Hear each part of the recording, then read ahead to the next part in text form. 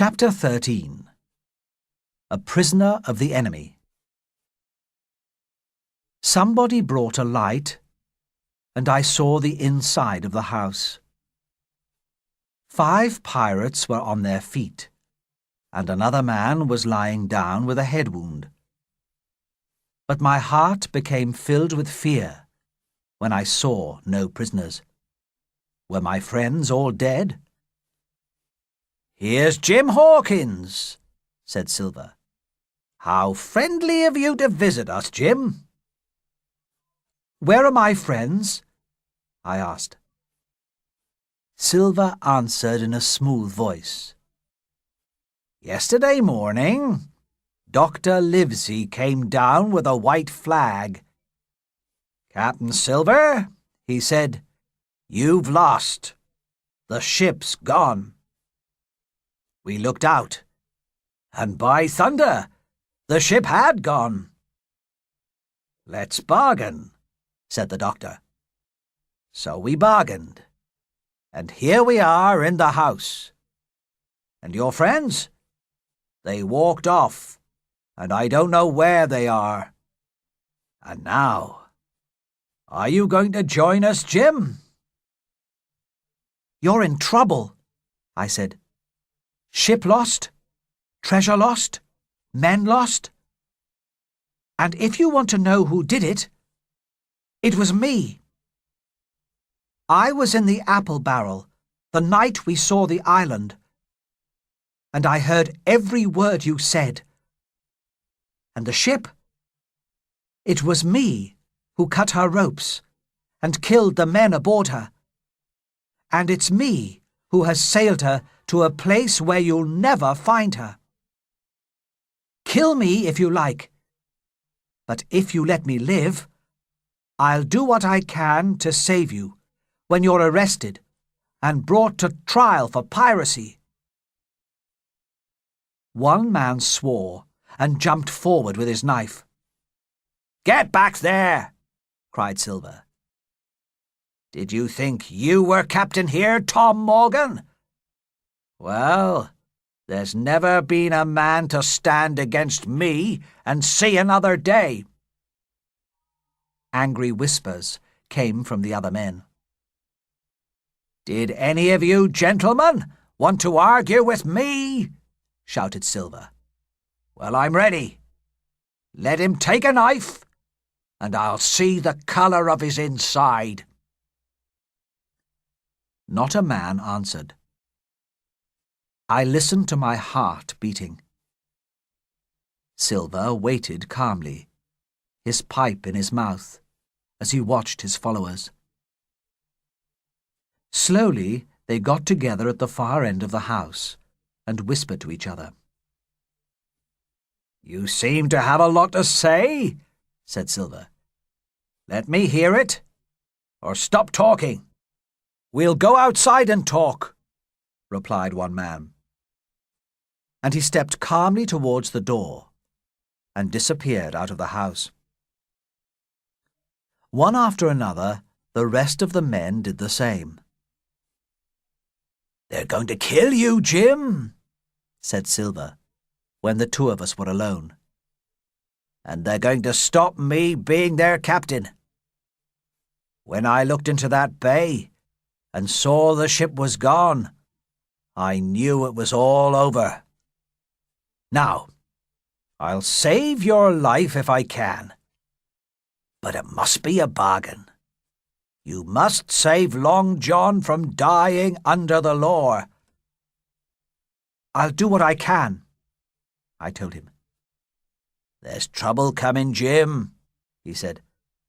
"And talking of trouble, why did the doctor give me the map?" I stared at him in great surprise. Why, indeed? "Well, he did," Silver went on, "and that's strange."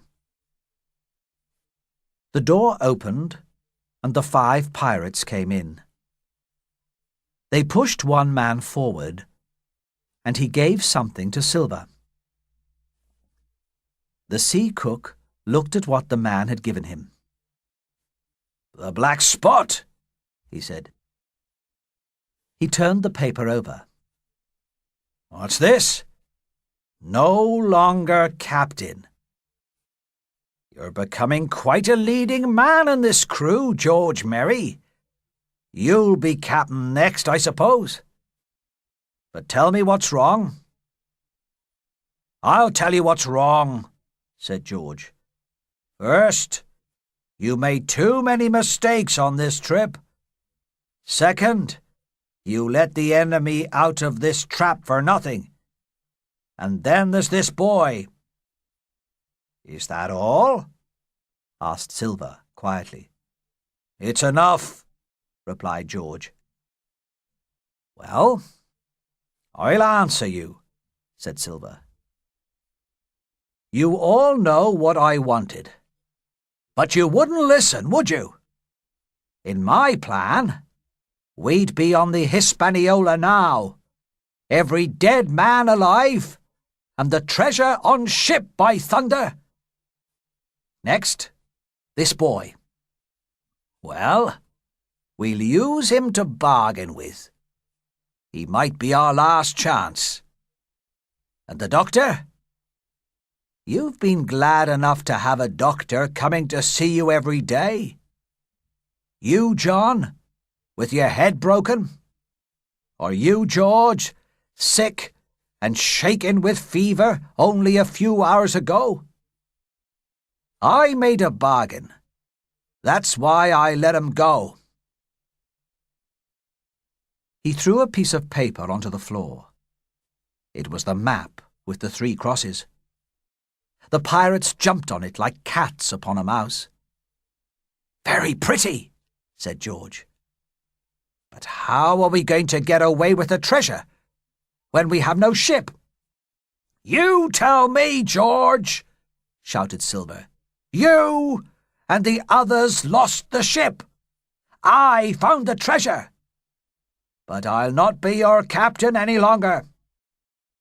Silver for captain, shouted the pirates. After a moment, the sea cook smiled.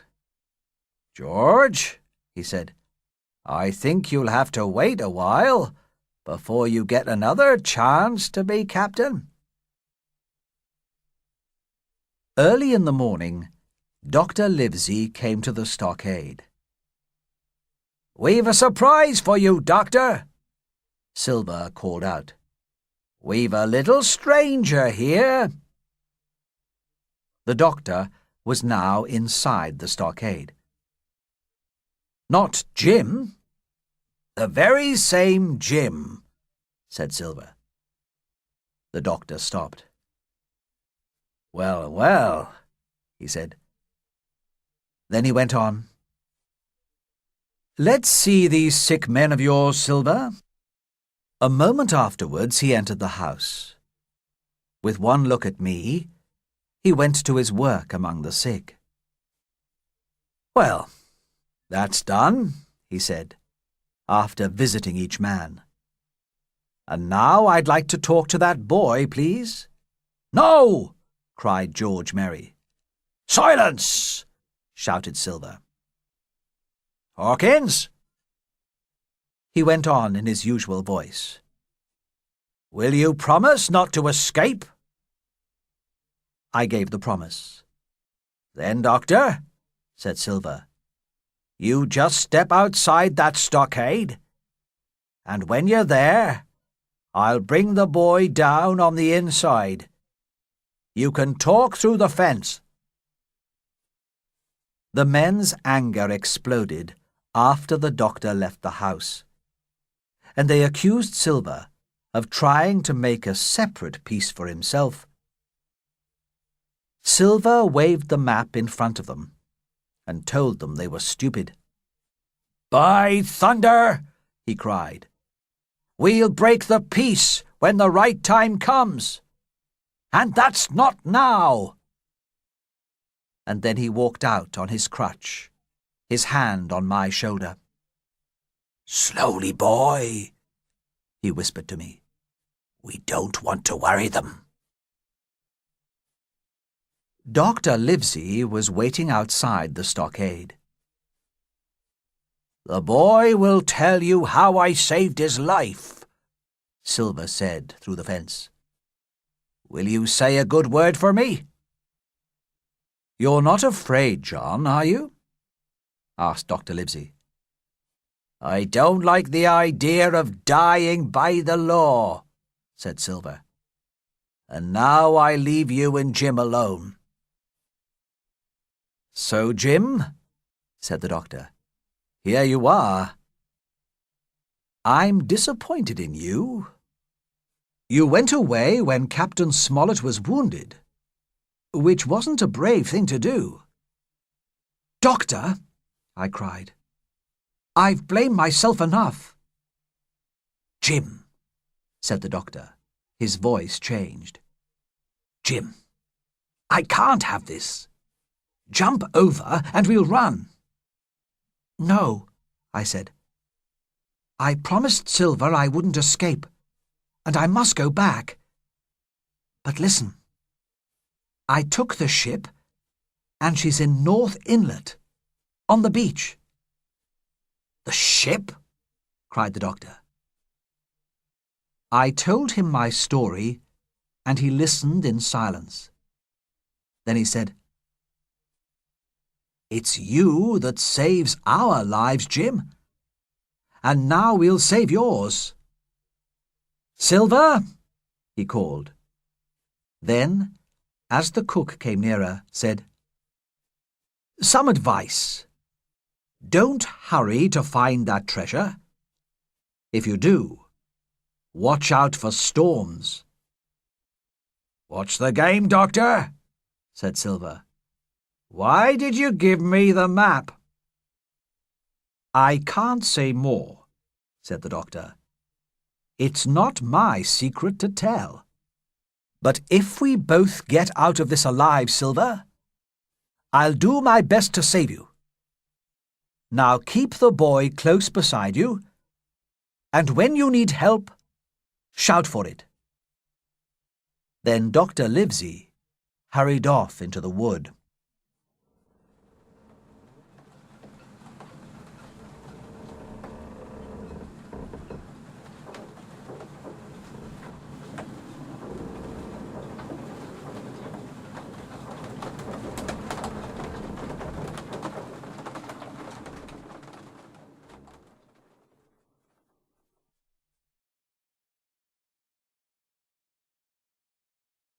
Chapter 14. Looking for the Treasure. We went back to eat our breakfast. "They have the ship," Silver told the men, "and I don't know where it is. But once we have the treasure, we'll find it soon enough. I'll keep the boy close by me when we look for the treasure. Then, when we have both ship and treasure, we'll persuade Jim to join us and give him some of the treasure for all his help." The men were happy, but I was afraid. If Silver's plan came true, he would forget Dr. Livesey and the others, I was sure. And if things went wrong, how could a boy and a one-legged man fight 5 strong men? When we left the stockade, everyone had weapons except me. Silver had 2 guns, and the parrot, Captain Flint, sat on his shoulder. There was a rope around me, and I followed after Silver, who held the other end.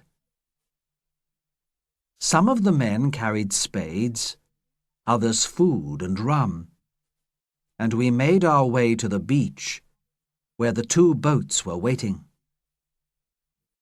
The men talked about the map. The cross was too large to be of much help, and the words on the back of the map were no better. Tall tree, spyglass shoulder to the north of north-northeast. Skeleton Island, east-southeast and by east. We landed the boats at the mouth of the second river, then began to climb Spyglass Hill. Silver and I followed a long way behind the rest, and I had to help him. We were near the top when a man on the left cried aloud. The others started to run towards him. "He can't have found the treasure," said Morgan. And indeed, it was something very different. The bones of a human skeleton, a few pieces of clothing still on it. Cold fear filled every heart. "He was a seaman," said George Merry. "Yes," agreed Silver.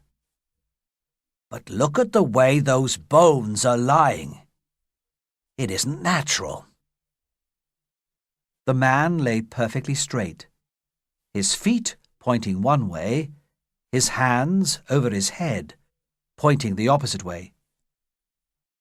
"I've got an idea," said Silver.